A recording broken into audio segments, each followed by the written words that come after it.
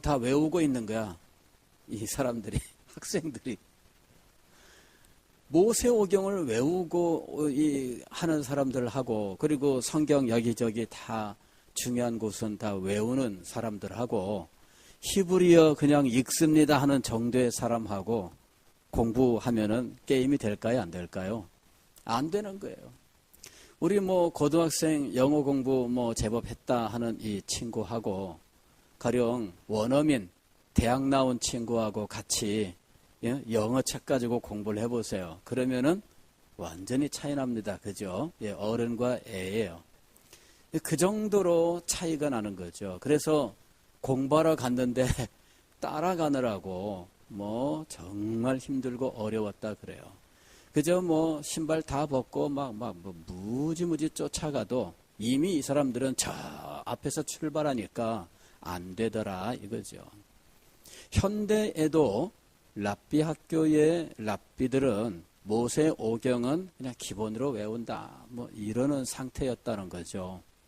그러니까 이렇게 성경을 통째로 외우고 있는 사람하고 뭔 말을 하게 되면 말이 안 되는 거죠. 이 사람들은 어디 하면서 줄줄줄줄줄 이 외운 걸 갖다가 말을 하는데 자기는 뭐라고요? 그러면서 성경 찾고 있으면 그러면 안 되잖아요. 게임 자체가 안 되는 거예요. 옛날에는 오죽했을까 하는 겁니다. 옛날에는요, 랍비뿐만이 아니고 그저 웬만한 사람들은 성경을 많이 암송을 하고 있다는 거죠. 그래서 오늘날 우리들도 성경 이렇게 기록된 성경을 가지고 있지만 사실은 성경 암송하는데 힘을 많이 쏟아야 돼요.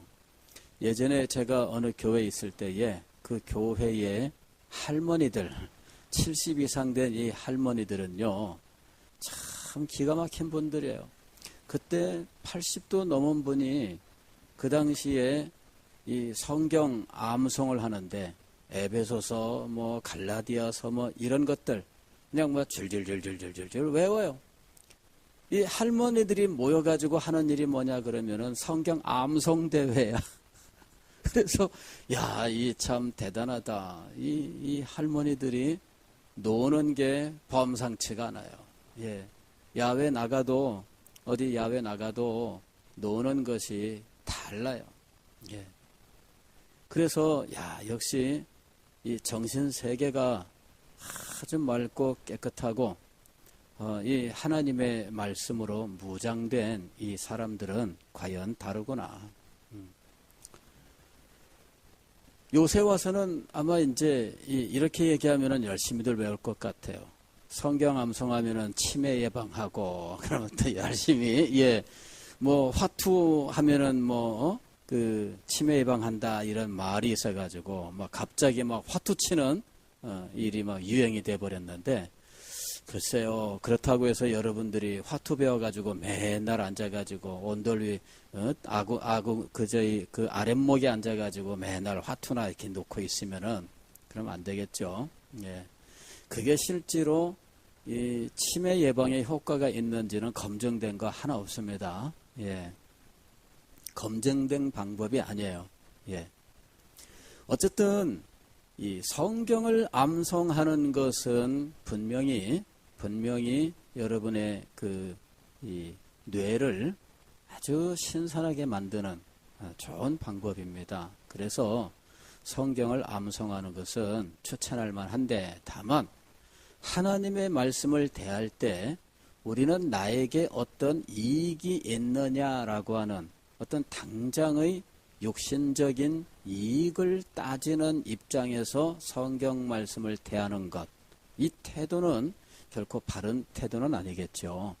하나님의 말씀이 가지고 있는 그 신령한 의미들이 그에게 역사하는 것, 이것을 소망하여 하나님의 말씀을 대해야지 치매 예방이다 이런 식의 어떤 그 육신적인 것에 이 목표를 두게 하는 것은 올바른 것은 아니다 하는 것입니다. 어쨌든 이스라엘 백성들은 성경을 기록했으나 외우는 일에 아주 많은 정열을 기울였고 그리고 외운 그 말씀을 가지고 하나님의 말씀을 묵상하고 이 묵상한 이 말씀을 자기의 삶에 적용하면서 말씀의 사람으로 살아가려고 했었다 하는 것입니다. 과거에 죽으면 죽으리라 하는 소설이 참 많이 유행했었잖아요. 예, 그 안희숙이라고 하는 분이 나중에 이제 목사님 사모님이 되셨는데, 이분이 일제시대 때에 1930년대 그 30년대에 뭐 처녀입니다. 그 처녀의 몸으로 이분이 그 신사참배 반대 운동을 했어요. 그리고 이제 박관준 장로라고 하는 분하고 같이 일본 이 의회, 그 당시 제국의회, 일본 제국의회 의사당 앞에 가서 신사참배 반대하는 이 시위를 이제 계획을 합니다. 그리고 이 두 분이 배를 타고 현해탄을 건너서 마침내 동경에 가서 일본 제국의회 의사당 앞에서 이제 신사참배 반대를 외치게 되었습니다. 그리고 결국 일본 경찰에게 붙잡혀서 감옥에 수감이 되었는데, 감옥에 들어갈 때 아무것도 가진 것이 없었어요. 그냥 뭐 맨몸으로 들어가서 감옥에 갇혔는데, 뭐 날마다 이분이 어떻게 하나님 앞에 예배하며 기도를 드렸느냐 하면은 외운 성경을 가지고, 그분의 그 죽으면 죽으리라 책에 보면은 그 감옥 생활, 감옥에서의 투쟁 이런 것들이 나오는데, 감옥에서 찬송을 뭐 얼마나 크게 소리 높여 부르는지, 일본 순사가 와가지고 막 조용히 해! 막 그러면서 막 그냥 막 몽둥이로 막 문짝 두들기고 막 위협을 해도 찬송 뭐 부르고, 그 다음에 성경 말씀, 이분이 그 당시에 한 100장 정도 성경을 외우고 있었대요. 그러니까 뭐 중요한 성경 장들을 외운 거죠.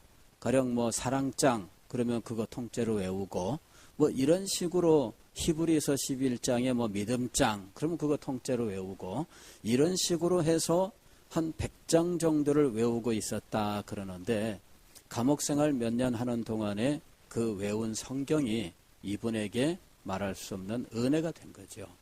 그래서 예배 드릴 때에도 성경 말씀, 외우고 있는 성경 말씀, 이것을 소리내어서 이 성경을 외우고, 그리고 하나님 앞에 찬송하고 기도하고 이렇게 하면서 감옥에서 이 영적인 이 투쟁을 했던 거예요.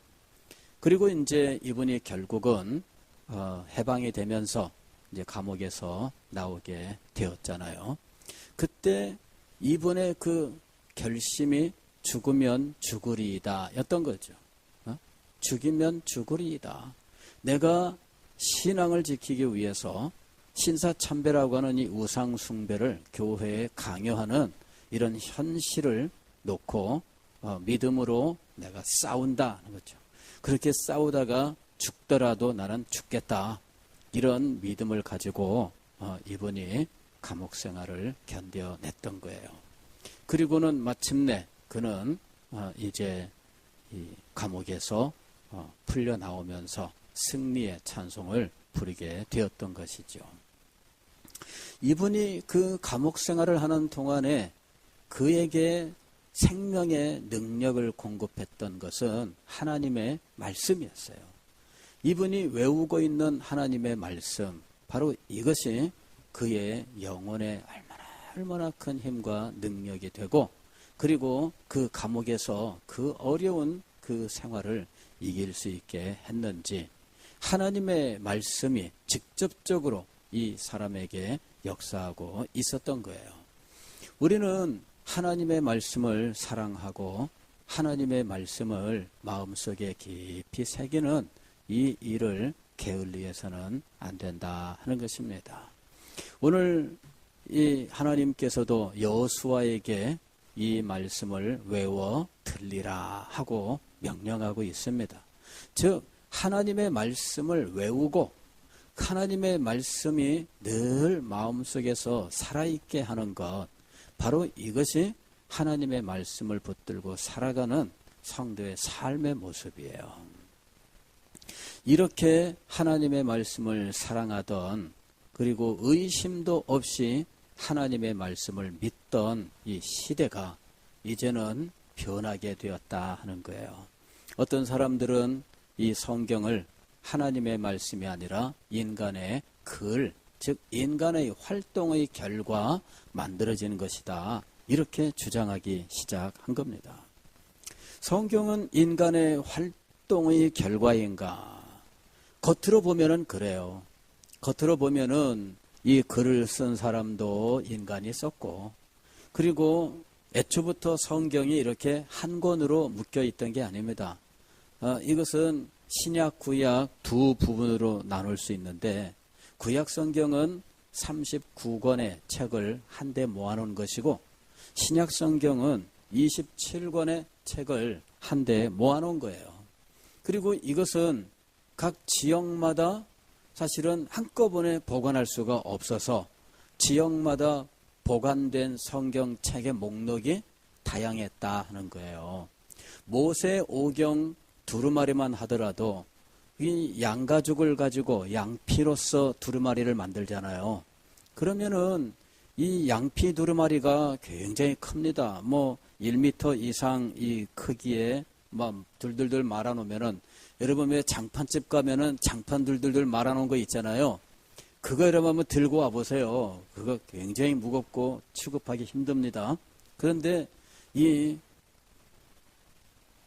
성경 말씀이 옛날에 그렇게 돌돌돌 말려 있는 거예요. 이런 것을 보관하는 이 도서관이 따로 있습니다. 이 두루마리 보관하는. 그 두루마리 보관하는 곳에 이걸 두었다가 성경을 읽게 되면 이제 회당에 모여서 이 성경을 가져오면은 이 두루마리를 들고 오는 거죠. 그래가지고 이것을 필요한 부분을 이제 펼쳐 놓는 거예요. 이쪽도 막대기가 있고 이쪽도 막대기가 있어서 둘둘둘 말아놨는데, 이거를 한쪽에서 막 감아가면서 지금 펼치면서 해당되는 본문 나오면 그걸 펼쳐놓고, 그리고 그 부분을 읽게 되어 있던 거죠. 근데 구약성경 전부를 다 보관하려면 어느 정도의 공간이 필요할까? 굉장히 이 양이 많아요. 창세기만 하더라도 이 분량이, 이게 양이 많아요. 그리고 옛날에는 책이 이런 두루마리를 만드는 거, 이게 엄청난 돈이 들어가는 일이에요. 개인은 이런 책을 소유할 수가 없습니다. 워낙 비싸기 때문에. 그리고 개인이 이런 것을 소유하려고 하는 생각 자체가 없었죠. 그래서 이 두루마리를 만들고 보관하고 할 수 있는 이런 특별한 시설과 사람들이 필요했고, 그래서 서기관이라고 하는 이런 특별한 종류의 사람들이 필요했던 거예요. 자, 이런 상황이니까 가령 회당마다 성경책을 모두 갖고 있지 않습니다. 회당마다 여유가 되면 이 책을 또 어디 가서 베껴와야 되거든요. 옛날에 우리나라도 그랬잖아요. 가령 논어 이러면은 서점에 가면은 논어를 살 수 있는가?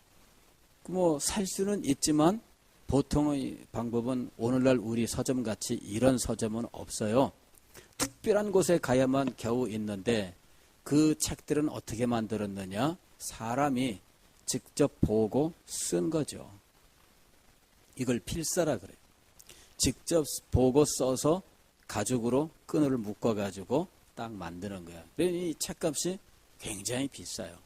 그래서 책을 사기보다는 자기가 직접 가서 책을 빌려서 베껴가지고 오는 거죠. 제가 책을 한번 베꼈으면 좋겠습니다. 그러면 주인이 그래? 그럼 그렇게 해. 이러면은 자기가 종이를 가지고 가서 이제 보고 쓰는 거예요. 써가지고 이거를 가죽끈으로 묶어가지고 집에 가지고 오면 이제 책 한 권 가져오는 거죠.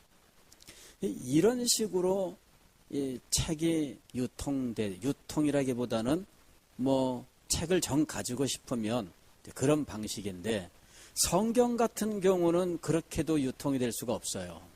왜냐하면 이것이 하나님의 말씀이기 때문에 아무나 와서 쓸 수 있도록 허락하지 않습니다. 이거를 쓰려면은 훈련된 그 자격을 가진 사람이 써야 되는 거예요. 아무나 쓰면 안 돼요. 그래서 이 성경책은 많이 유통될 수가 없었어요. 그러니까 성경이 여기는 20권이 있고 저기는 15권이 있고 저쪽은 뭐 25권이 있고 이런 식으로 이 성경책이 통일되어 있지 않은 거예요. 각자 형편과 처지에 따라서 성경책 보유하는 정도는 달랐다 하는 것이죠. 그러나 성경은 성경으로 인정받고 있었습니다. 그래서 구약성경 39권은 유대인들이 성경으로 인정하고 있었다 하는 거예요. 그런데 이런 그 필사의 과정, 그리고 이 책이 전수되는 과정, 이런 것들에 대하여 연구하고 어떤 사람들이 이렇게 말하기 시작한 거죠. 이것은 하나님의 말씀이 아니라 인간이 편집을 한 거다. 이렇게 말하기 시작을 한 거예요. 그러면서 이 책을 편집하고 혹은 이 책을 모으고 뭐 구약성경이면은 39권, 신약성경이면은 27권 한데 모으는 이 작업, 이것도 인간이 한 거고, 그리고 이것을 성경이라고 인정을 한 것도 인간이 한 거다. 이렇게 이야기를 하기 시작한 거예요. 그러면서 이 성경 말씀이 인간의 작업이기 때문에 인간적으로 여러 가지 오류들도 있고 또 인간적인 특성들도 나타나고, 이제 이래서 성경을 인간의 글로 연구하는 일이 이제 일반적인 상황이 되어버리고 말았다 하는 것이죠. 성경은 진짜 인간의 글인가? 하나님께서 인간 이 저자들을 사용하셨지만, 그러나 분명한 것은 하나님께서 이것을 성경을 하나님의 말씀으로 우리에게 주셨다라고 하는 사실이에요. 자, 그 과정을 우리는 영감이라고 불러요. 영감이라고 하는 건 뭐냐면은 가령 하나님께서 아담을 만드실 때 아담의 몸을 무엇으로 만들어요? 진흙으로 만들어요. 그런데 그 진흙에 하나님께서 무엇을 불어넣으셨어요? 우리 성경을 보면은 생기를 불어넣으시니 이렇게 되어 있어요. 생기가 뭘까요? 예, 생기라고 하는 것은 호흡이에요. 호흡. 혹은 이 동일한 말이 바람, 이런 말로도 번역을 하고 있습니다. 그러니까 바람 혹은 호흡 혹은 성령, 이것이 다 같은 말이에요. 그러니까 생기를 불어 넣으셨는데 이게 바로 인간이 호흡할 수 있게 하신 거죠. 이 진흙덩어리가 살아있는 사람이 되게 하는 이 일, 이것이 바로 생기를 불어넣는 일이었어요. 진흙이었지만은 진흙이 무엇이 된 겁니까? 사람이 된 거예요. 이것이 얼마나 놀라운 이적인지 몰라요. 진흙이 사람이 된 거예요. 이게 바로 하나님이 이 진흙덩어리에 무엇을 하신 결과입니까? 생기를 불어 넣으신 결과예요. 이 생기를 불어 넣으시는 것이 뭐냐면은 영감이라고 부르는 거예요. 영감. 예. 그러니까 인간이 쓴 이 책이 하나님의 말씀이 되게 하는 방법이 무엇이었다고요? 영감이라고 하는 거예요. 영감은 누구에게 있느냐? 사람에게 한 거예요. 선지자, 사도, 이 사람에게 하나님께서 영감을 하셔요. 그래서 이 사람이 성경을 기록할 때 그 사람의 개인의 특징들, 이 사람의 인격적인 특징, 이 사람의 어떤 교육 정도, 경험, 이런 모든 것들이 다 여기에 나타나요. 다만 어떻게 하셨어요? 영감을 하신 거예요. 그래서 오류가 없이 생명력이 있는 하나님의 말씀이 되게 하신 겁니다. 우리는 바로 이 영감을 바로 믿고 있는 거예요. 영감의 방법으로 성경이 하나님의 말씀이 되었고요. 이 성경이 오늘날 우리에게 하나님의 말씀으로 역사할 때도 바로 이 영감한 것과 같은 방식으로 하나님께서 우리에게 역사하시는 거예요. 즉, 영감은 누가 하는 거냐면은 성령이 하는 겁니다. 성령. 영감은 성령이 하는 것인데, 우리가 오늘날 이 성경 말씀을 대할 때 이것을 하나님의 말씀으로 받아들이고 이 속에 있는 뜻을, 신령한 그 의미들을 우리가 알고 믿게 하는 것은 누구의 역사입니까? 성령의 역사예요. 우리는 이 성경을 하나님의 말씀이라고 믿지만, 그러나 하나님의 말씀으로 믿지 않는 사람들은 성경을 읽을 때 이것을 하나님의 말씀으로 받아들일 수 있을까요, 없을까요? 하나님의 말씀으로 받아들일 수 없어요. 그 사람들에게는 이것이 하나님의 말씀이 아니에요.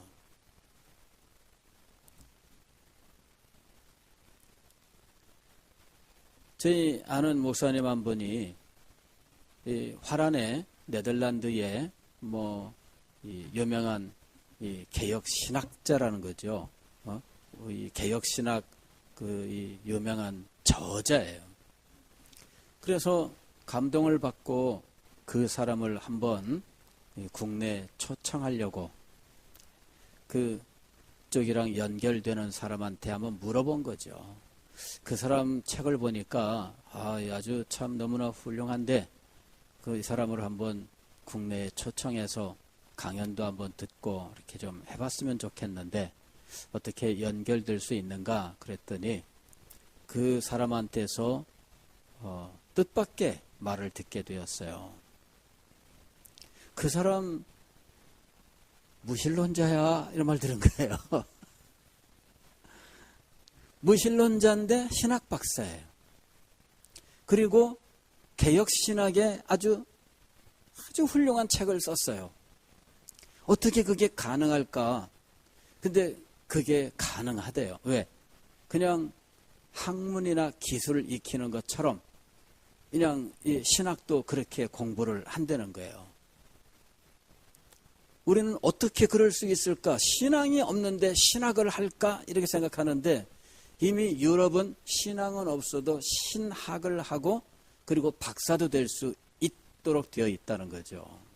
그래서 이 사람은 무신론자고 하나님을 믿지도 않는 사람인데 신학이라고 하는 분야에 그냥 박사가 된 거예요.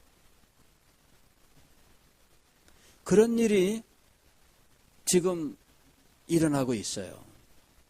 그 책만 보고는 이 사람이 훌륭하다.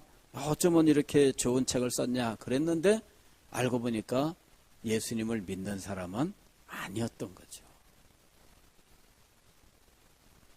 성경이 하나님의 말씀이에요. 그러나 문제는 뭐냐면은 이 성경을 하나님의 말씀으로 믿지 못하는 사람들이 있다는 거죠. 근데 우리는 이것을 하나님의 말씀으로 믿어요. 어떻게 해서 하나님의 말씀으로 믿게 되었을까요? 어릴 때부터 교회에서 하나님의 말씀이라고 했기 때문에 나는 교회 다니면서 의심 없이 그냥 하나님의 말씀으로 받아들이고 있다. 이러는 분들도 있을 것이고, 교회 나왔는데 교회에서 교회에서는 늘 그러는 거 아니야? 이런 사람들도 있을 겁니다. 그죠? 예. 당연히 교회 오면 그런 거 아니야? 그래서 그냥 당연히 그런 줄 알고 있는 거죠. 그런데 당연히 그런 줄 알고 있는 사람의 마음 속에 이 성경 말씀이 하나님의 말씀으로 역사할까요? 이게 지금 우리한테 심각한 문제입니다. 하나님의 말씀으로 이것이 역사하지 않고 있다는 거죠. 하나님의 말씀으로 이것이 역사해야만, 그래야 비로소 이 말씀의 권위가 우리에게 나타나고 우리는 이 말씀의 권위에 순복하고 그리고 하나님의 말씀을 따라서 살아가는 삶이 이루어질 것인데, 하나님의 말씀으로 역사하지 않으니까 삶은 하나님의 말씀의 원리가 아니라 그냥 이 세상의 삶의 원리를 따라서 살아가는 거예요. 그냥 나는 그래도 양심적으로 살아가고 합리적으로 살아간다. 이런 정도의 삶의 원칙을 가지고 살아가는 거예요. 하나님의 말씀을 내 마음속에 새기고 말씀의 원리를 따라서 살아갑니다. 그것이 아니에요. 삶의 원리가 달라요. 하나님의 말씀, 성경이 하나님의 말씀입니까? 이것을 진정으로 믿습니까? 그리고 이것이 여러분의 마음속에서 하나님의 말씀으로 역사하고 있습니까? 이게 중요한 거예요. 그런데 이것을 믿지 못하는 사람들에게는 성경을 영감하신 그 하나님의 성령의 역사가 그들에게 일어나지 않는다는 거죠. 믿는 자에게 성령의 역사가 일어나서 여기에 이 말씀들이 진정으로 하나님의 말씀으로 우리 속에 역사하게 되어 있다는 거예요. 이것이 성령의 증거라고 하는 말이에요. 성령의 증거. 그러니까 영감과 같이 연결되는 이것을 우리는 성령의 증거라고 불러요. 즉 성경을 기록할 때의 성령의 역사는 영감이라고 말을 하고요. 이 말씀을 읽고 듣고 마음속에 받아들일 때에는 성령의 증거라고 부르는 거예요. 이런 성령의 역사로 말미암아 성경은 하나님의 말씀으로 기록이 되었고 오늘 우리에게 하나님의 말씀으로 역사합니다. 문제는 이 성경 이 자체는 그러면 뭐냐 이거죠. 성경 이 자체는 하나님의 말씀은 맞아요. 다만 이것을 이 성경 이 책을 즉 내용을 보존하기 위해서 하나님께서 이적적으로 역사하시고 오늘 우리 손에 이것을 전달하셨다라는 거예요. 성경은 그 역사성에 있어서 지구상에 존재하는 그 어떤 기록보다 더 오랜 역사를 가지고 있습니다. 최근 고고학 발굴에 의해서 2000년 BC 즉 기원전 2000년 이전에 어떤 글들도 발견합니다마는 그러나 그런 글들은 성경만큼 이런 분량이 되질 않습니다. 그 분량에 있어서나 담고 있는 내용에 있어서나 전혀 성경과 비교될 수가 없어요. 과거의 고고학 발굴에 의해서 나오는 것들은 토판 쪼가리들입니다. 토판이라고 하는 건 뭐냐면은 우리 기왓장 같은 거 있잖아요. 그런 데다가 글씨 이렇게 긁어가지고 구워가지고 보관을 한 이게 옛날 책입니다. 그리고 우리나라 같은 경우에는 종이에다가 기록을 남기지 않았을 때에는 대나무 껍데기에다가 글씨를 썼어요. 그리고 이것을 묶어가지고 돌돌돌 말았어요. 이걸 죽간이라고 불러요. 그 다음에 나무 쪼가리 대나무처럼 이렇게 길게 잘라서 거기다가 글씨를 쓰고 역시 끈으로 묶어서 들들들 말아서 쓰기도 했어요. 그 다음에 나중에는 목판이라고 부르죠. 이만한 나무에다가 이제 글씨를 파요. 글씨를 파가지고 그것을 필요할 때마다 종이에다가 찍어내는 거죠. 예, 이게 옛날 불경, 팔만대장경 이런 것들이 바로 그런 방식이었어요. 이제 이런 식으로 그 책들이 그 기록들이 보관되었는데 사실 이런 것들이 세월을 견디고 살아남을 수 있느냐? 세월을 견디고 살아남을 수가 없어요. 그래서 이런 쪼가리 손바닥만한 쪼가리 이런 것들 뭐가 문양이 있으면 그런 거 모아서 연구하고 그런데 성경만큼 이런 고도의 사상을 가진 그리고 일관된 내용을 가진 이런 이 고대성을 가진 책은 존재하지 않습니다. 성경이 가장 오래된 책이에요. 이런 완결된 이런 책의 모양으로 이렇게 변화 없이 그대로 보존되었다고 하는 것은 놀라운 이적입니다. 가령 이 그리스의 그 유명한 문학 작품들이 있죠. 가령 뭐 비극, 희극 뭐 이런 그 이 문학 작품들이 있습니다. 서사시 이런 거. 그런데 그런 글들이 연대를 따져 올라가면은 BC 한 500년 정도까지 거슬러 올라가는데 그 글들은 오늘날 그 이 다양한 판본들이 존재해서 그 내용이 너무 많이 달라요. 글의 내용, 글 자체가 너무너무 달라요. 그래서 이게 하나의 작품이 될 수가 없어요. 그런데 성경은 정말 놀랍게도 옛날이나 지금이나 거의 변화가 없이 그대로 전수가 되었다는 거죠. 이게 정말 신기한 거예요. 어떻게 그럴 수가 있을까? 사실 성경의 원본은 존재하지 않습니다. 원본은 존재하지 않아요. 사본만 존재해요. 즉 사람이 베껴 쓴 것만 존재하는데 히브리어로 된 성경, 구약성경 전부가 한 권에 다 묶인 것이 이게 한 그 AD 10세기경이에요. 그때에 이 히브리 학자들, 마소라라고 하는 학자들이 히브리어 성경을 39권의 책을 이제 편집을 해서 내게 돼요. 그 이전까지는 이 히브리어 성경이 이렇게 존재하지 않았어요. 그냥 단편적으로 존재했지. 그런데 갑작스럽게 이게 AD 1000년에 히브리어 성경이라고 하는 것이 덜커덕 나온 거예요. 그러면 이 히브리어 성경을 믿을 수 있을까? 그죠? 그 이전에 히브리어 성경이 존재하지 않아요. 이전에 히브리어 성경이 존재하지 않는데 AD 1000년 10세기에 이 히브리어 성경이 등장을 했어요.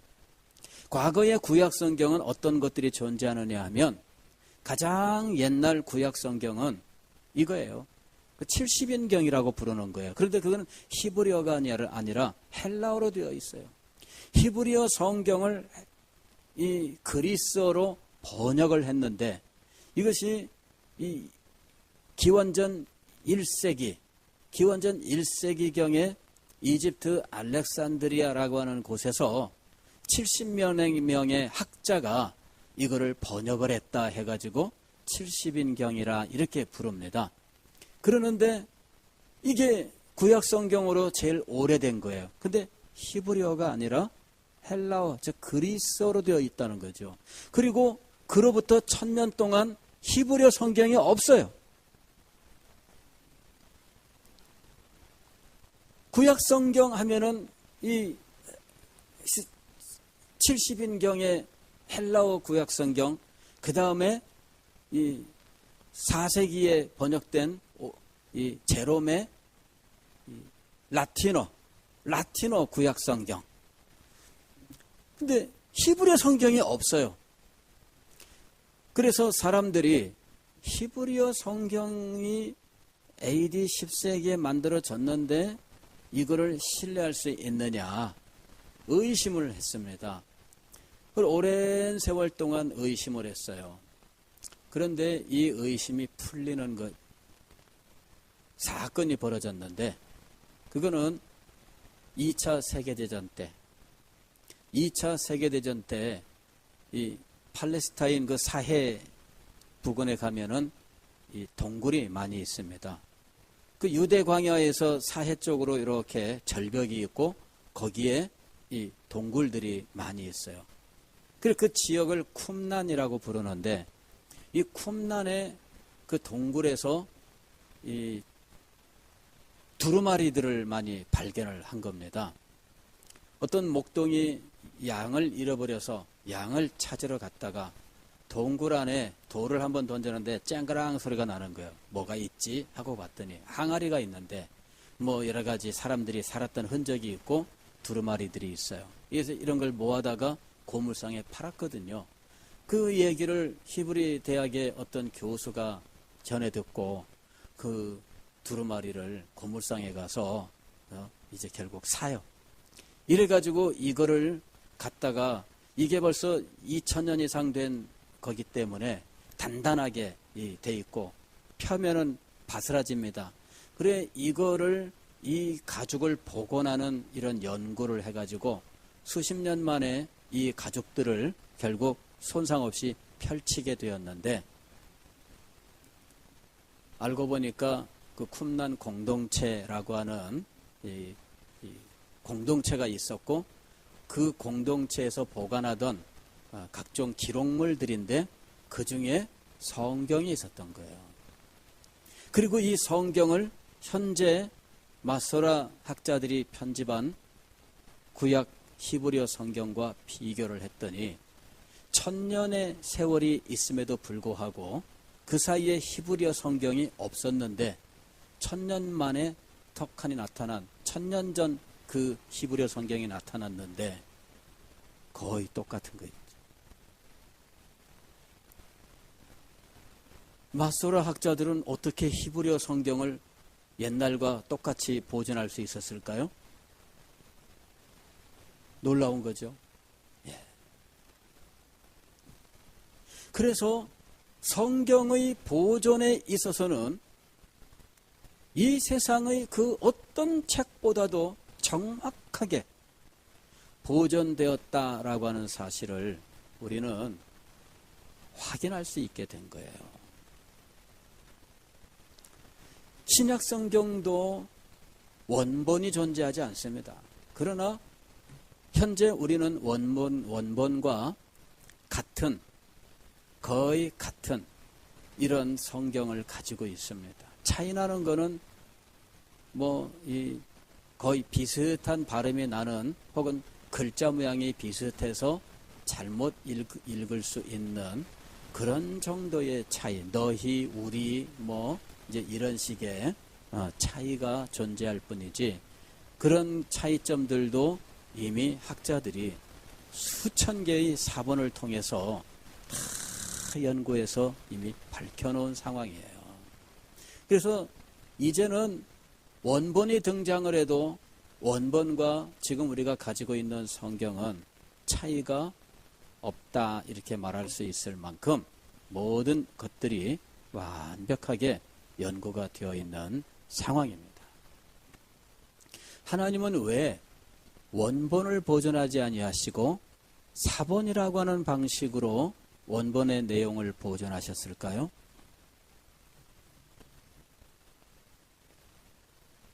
원본을 주시면 참 좋을 텐데, 그죠? 확실할 텐데 왜 하나님은 원본을 보존하지 아니하시고 원본의 내용만 보존하셨을까요? 그것이 하나님의 뜻이에요. 여러분, 원본이 존재하면 사람들은 성경 말씀 내용에 집중을 하지 않고 원본 그 자체, 즉 이 물건에 집중을 하게 될 거예요. 물건을 신령하게 생각을 하고 이 물건을 얼마나 높일까요? 이 원본 성경책을 한번 보는 것이 평생의 소원이 되지 않을까요?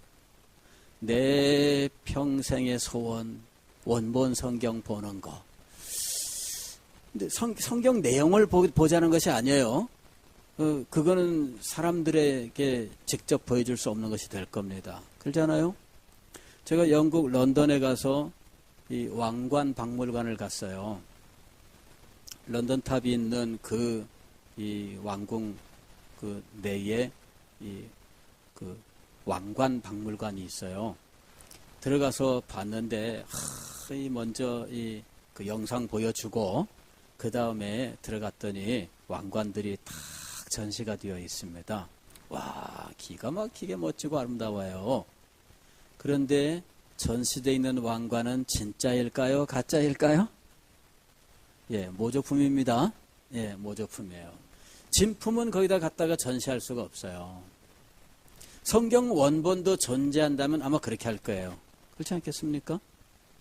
누가 언제 그거를 손상할지 알아서 그걸 내놓겠어요.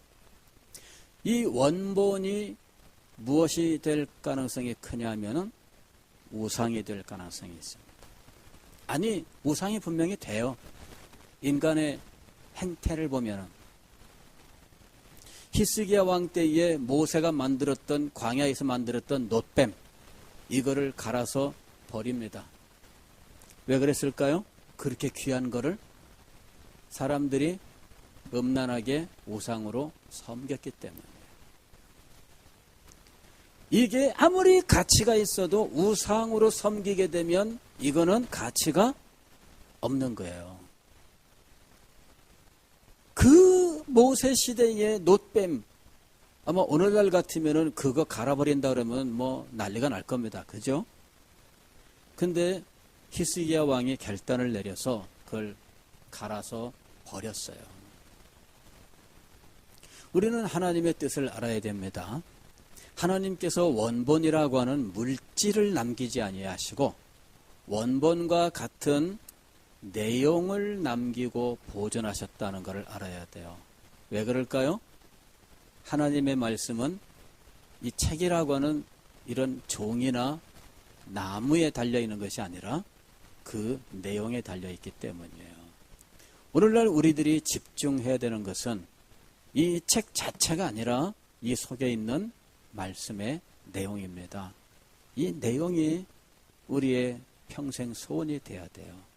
그리고 이 말씀의 내용이 우리에게 역사할 수 있도록 성령의 증거를 구해야 된다 하는 것입니다. 우리가 언제나 하나님의 말씀을 읽을 때 기도해야 되는 이유가 어디 있을까요? 그리고 기도할 때마다 성령께서 역사해 주셔서 이 말씀을 깨닫게 해달라고 하는 이유가 무엇일까요? 우리가 설교할 때마다 언제나 성령께서 진리의 빛을 비추어 주시기를 기도하는 이유가 어디에 있을까요? 이것이 하나님의 말씀이 되어 우리에게 역사하도록 성령의 증거를 구해야 되기 때문이에요. 성령의 증거를 통해서 우리는 이것을 하나님의 말씀으로 우리 속에 새기고 우리 속에서 이 말씀이 능력으로 역사하게 되는 겁니다. 이 말씀이 너희 속에 역사하여 너희가 이 말씀을 받을 때에 사람의 말로 받지 아니하고 하나님의 말씀으로 받음이니. 데살로니가전서 1장에서 사도는 이렇게 이야기를 해요. 데살로니가전서 2장에서 사도는 그렇게 이야기를 해요. 하나님의 말씀으로 받은 이 사람들 속에서 이 말씀이 역사하여. 하나님께서 우리에게 계시를 기록으로 남기시되 원본을 남기신 것이 아니라 이 속에 말씀을 남기셔서 오늘 우리에게 성령의 증거로 하나님의 말씀으로 받아 살게 하셨습니다. 그리고 우리는 이 말씀을 하나님의 말씀으로 받아 살아갈 때 하나님을 아는 영광스러운 지식을 얻으며 그 지식으로서 우리는 이 세상에서 인간의 삶에서는 누릴 수 없는 너무나 놀라운 축복을 받아 누릴 수 있게 된다 하는 것이에요. 하나님을 아는 지식, 이것이 우리의 생명이며 우리의 가장 큰 축복인 것입니다. 기도하겠습니다.